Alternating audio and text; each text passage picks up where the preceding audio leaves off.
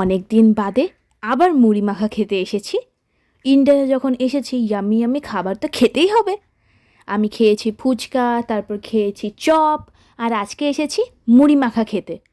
আর সিঙ্গাপুরে তো মুড়ি মাখা পাওয়া যায় না, সো আমি মুড়ি মাখা ওখানে বেশি খাইও না। খেলে আমি ঘরে খাই, মম বানিয়ে দেয়, কিন্তু এখানে তো দেখছি এত কিছু দিল মুড়ি মাখাতে।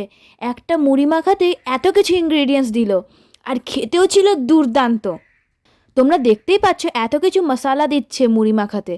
এবার ফাইনালি ওটা মিক্স করছে। এবার যখন আমি দাঁড়িয়ে দাঁড়িয়ে রেকর্ড করছিলাম তখনই আমার মুখে পুরো জল এসে গেছিলো। Finally it's time to try it out and test it. So that's what I am doing, and it tasted really good.